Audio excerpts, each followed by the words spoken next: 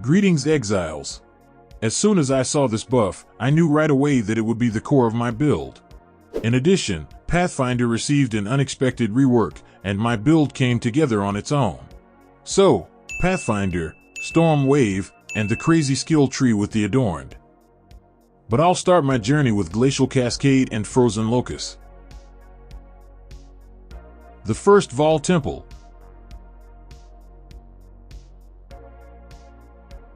Honestly, it's pretty good. I was afraid that the new mechanics in the axe would be bad, but they turned out to be quite useful. I will rush Hollow Palm Technique Keystone because it deals a lot of damage in campaign.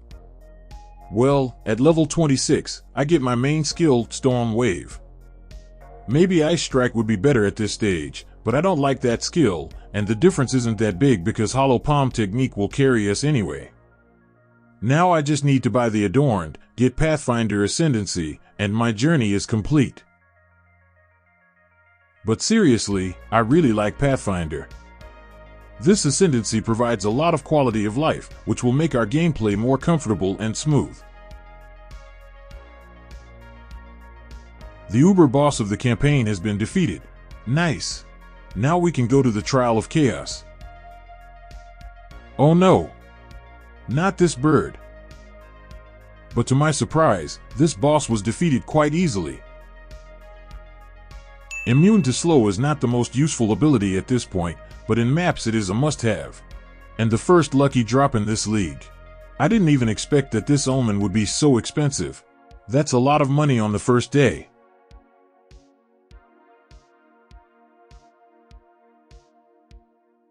And again, the Abyss. This time, I'll try to craft some good boots.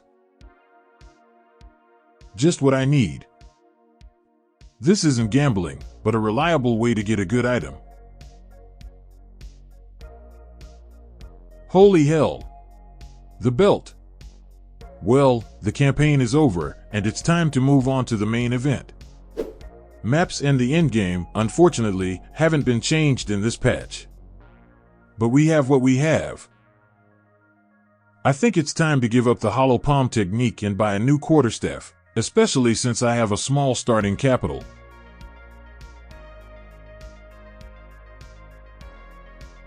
Nice DPS boost. The numbers are going up. That's what we love so much. Storm Wave is a pretty nice skill, and I've wanted to try it for a long time. And it didn't disappoint me. Although right now our AoE is pretty modest, and we don't kill all the monsters off-screen. But I think I'll fix that in the future. But the damage is very, very good. More Ascendancy points. This is very important for us because now we will move much faster when we use Storm Wave.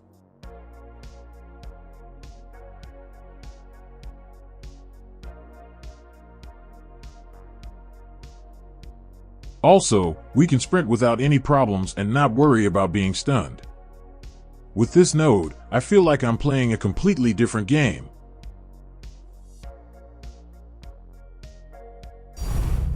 Very nice. First big drop. Unexpected. Well, I think now we need to rush T15 maps, after which we can think about further plans and how I can swap to the Adorned setup. First Divine Orb. Always a special moment for me in my journeys.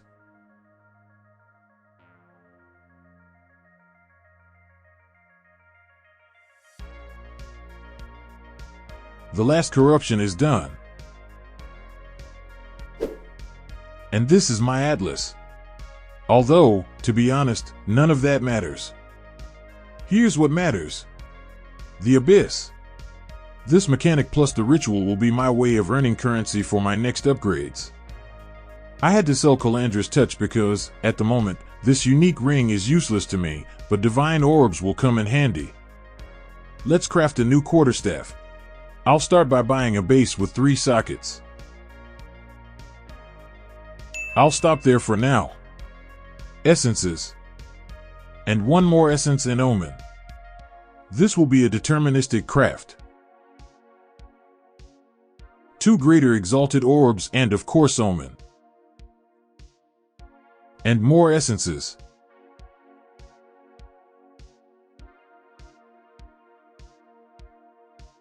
Let's not forget about the runes. I think my new weapon is ready.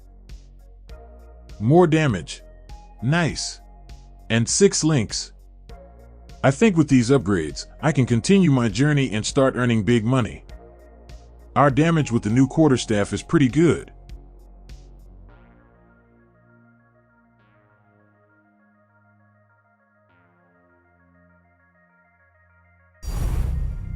Besides Storm Wave, I use Falling Thunder for bosses.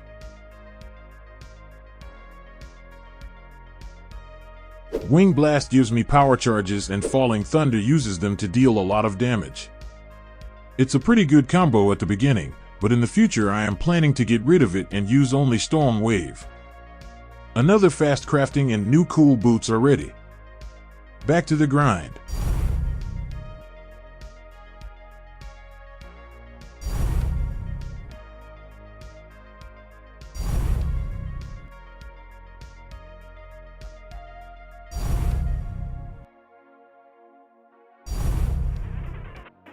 Last points for the Abyss Tree. Honestly, I have no idea what this boss does because in the last league, I played with crossbows and killed this boss in seconds. Nice fight. What's going on here? Let me in. Let me in. That was fun. And points for ritual.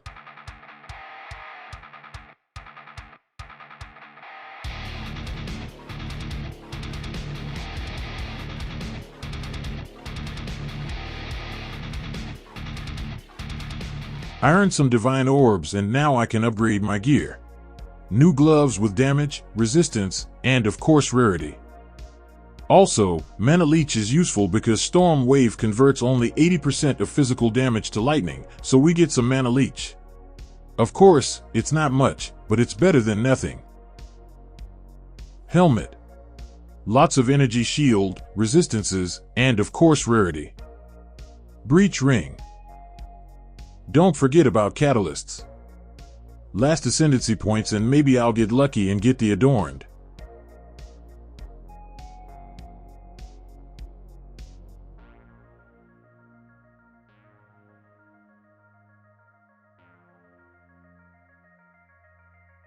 Not today. Unlucky.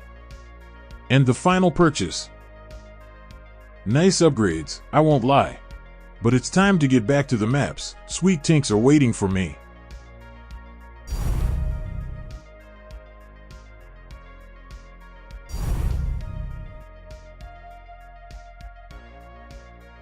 Cool random upgrade.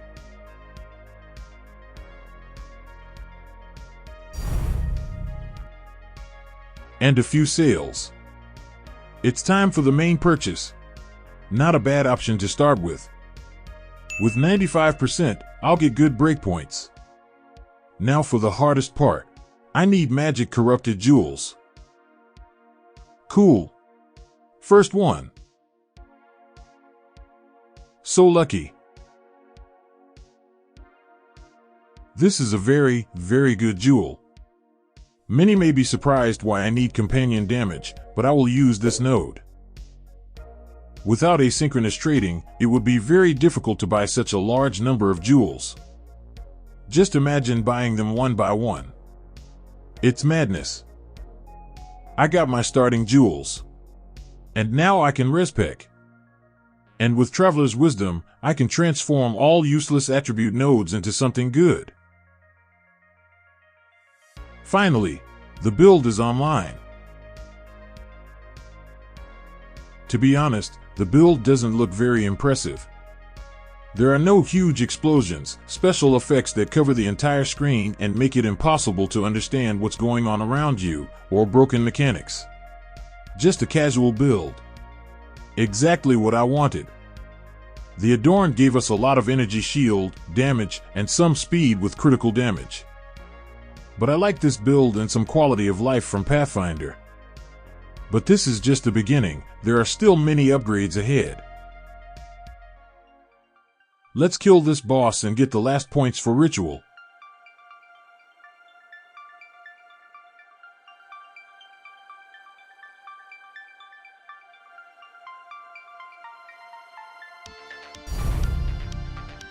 And let's continue shopping.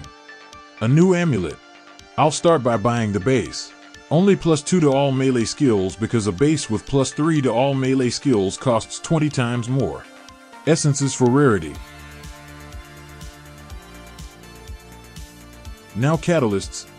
Omen and Greater Exalted Orb. I hope I get some resistance. Nice. And again catalysts, but this time for defense. And again we repeat the previous step. But here I forgot to activate the Omen, a big mistake, but I got lucky and got evasion. In any case, Omens are overrated. Just be lucky. And the final stage. Not bad. New boots. Perfect. Although I ended up spending more currency than I expected. And I didn't get 35% movement speed, but I won't be greedy because these boots are pretty good. Cool belt for more damage and rarity. And big body armor with energy shield and evasion. Back to the maps. As you can see, it's basically a one-button build. And I use the Mark skill in combination with this support gem only against bosses for mana leech.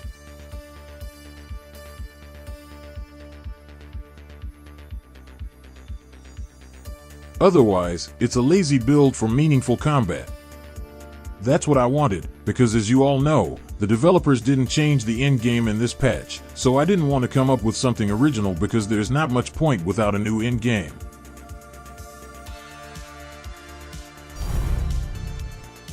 Although I had hopes for the new league mechanics, but it didn't live up to expectations. It's pretty good in the campaign, but it's useless in maps. Too slow. Boring.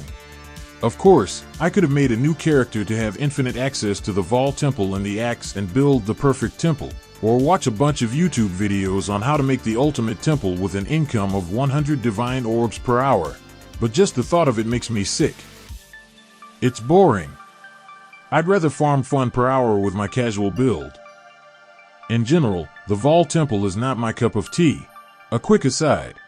At the time this video was made, the developers had released several patches and slightly improved the league mechanics, and there will likely be many more patches in the future.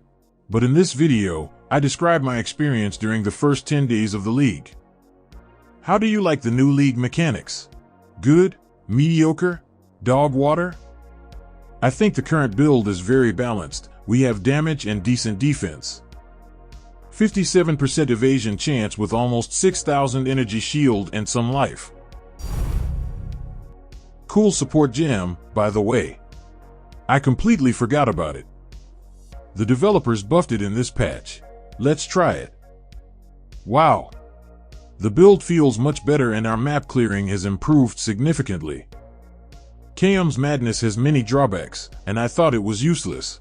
But when I tried it, I liked it. All these drawbacks are not very noticeable on the maps, but at the same time, the gameplay has become much more comfortable. Another advantage of this support gem is that it has no mana multiplier. As you all know, mana is quite a big problem in this game. But with KM's Madness, I've practically stopped using my mana flask because my mana regeneration, mana on kill, and mana leech are more than enough. However, in battles with pinnacle bosses, I can replace it with something more useful. So I'll continue to use this support gem.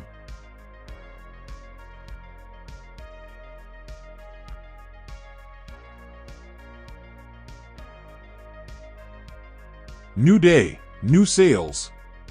I love these divine orbs. Finally, my favorite strongbox. It only took me a week to find it, even though I initially added almost all nodes for strongboxes to my atlas.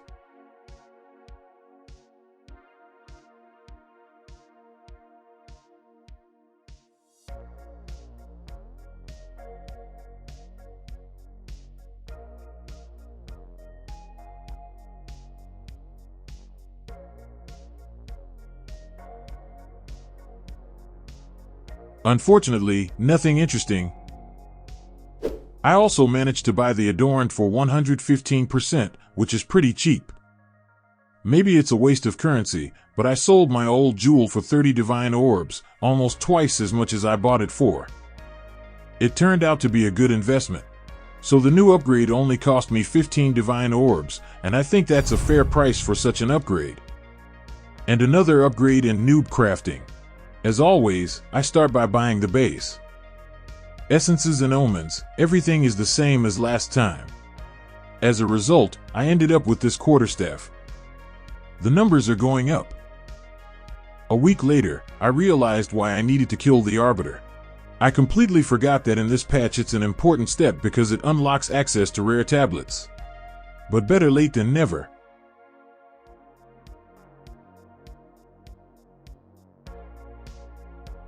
Level 20 gem. Sorry, I tricked you, level 21. And one more cool jewel. Nice. My current magic jewels look like this. There are some very good ones here, but some of them are not quite optimal. But I decided to stop there because the perfect jewels for the Adorned are very expensive. I also decided to swap to CI because my current build has very low chaos resistance and it's very difficult to fix this problem. I need very good equipment. So I just gave up on life and at CI, and now I can forget about chaos damage. Another way to increase our damage is with Devour and Charged Staff. With Devour, we can easily generate power charges, and Charged Staff will consume them and give us a damage buff. Overall, this is a pretty good DPS boost if you don't mind pressing 2 extra buttons every 25 to 30 seconds. But since my main idea was a 1-button build, I didn't bother with it. My damage and defense are fine for the content I'm running, and I have no problems. Some random thoughts that came to mind. Performance in this league is very good. And I didn't have any problems, unlike last season. And I know that at the beginning of the league, many of you joked that performance had improved because there were fewer monsters in the map. But honestly, I don't care how the developers did it. For me, the result is immediately noticeable. Besides, I didn't really feel the decrease in monster density because in this game, normal and magic monsters drop 0 loot.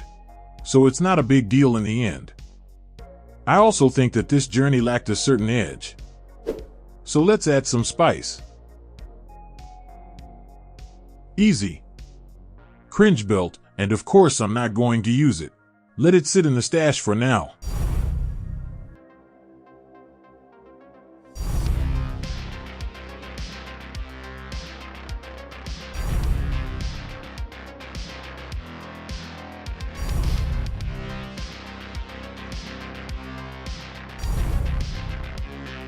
And the final purchases.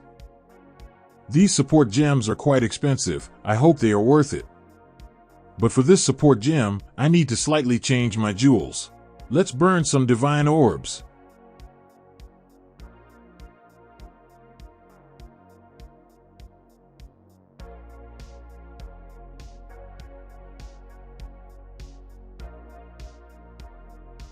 My effective chance for critical hit is 73%. Its maximum value is 75%, but I decided to stop there. And now for the final test.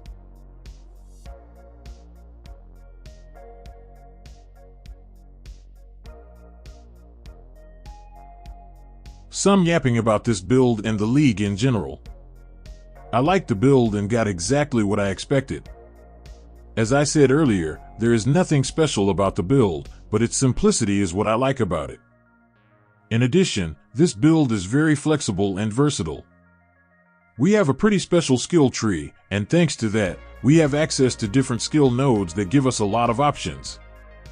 For example, you can easily use this same build with a spear or a crossbow, or some spellcaster build. You can become very fast if you use 11 of these jewels, or get a giga defense with 20,000 energy shield. It all depends on your playstyle. And perhaps this flexibility is the main selling point for this build. The Adorned and Pathfinder are very good shell for various builds. And to be honest, this build is the only thing that kept me in the game, because patch 0.4 was pretty mediocre. Of course, it has a lot of changes for builds, plus new skill gems and ascendancy. But the endgame is the same as in 0.3. It's boring and gets old quickly. But Pathfinder with the Adorned and Ritual with Abyss made the league for me. And when I think about it, it was the most fun patch for me. And I wouldn't mind going on a new journey with the new ascendancy. But the sluggish campaign, clunky league mechanics, and lack of endgame are holding me back. It is what it is. It's time to say goodbye. I hope you enjoyed this video and found it useful. As always, I would be very grateful for your likes and subscription. Bye everyone, and see you in the new video.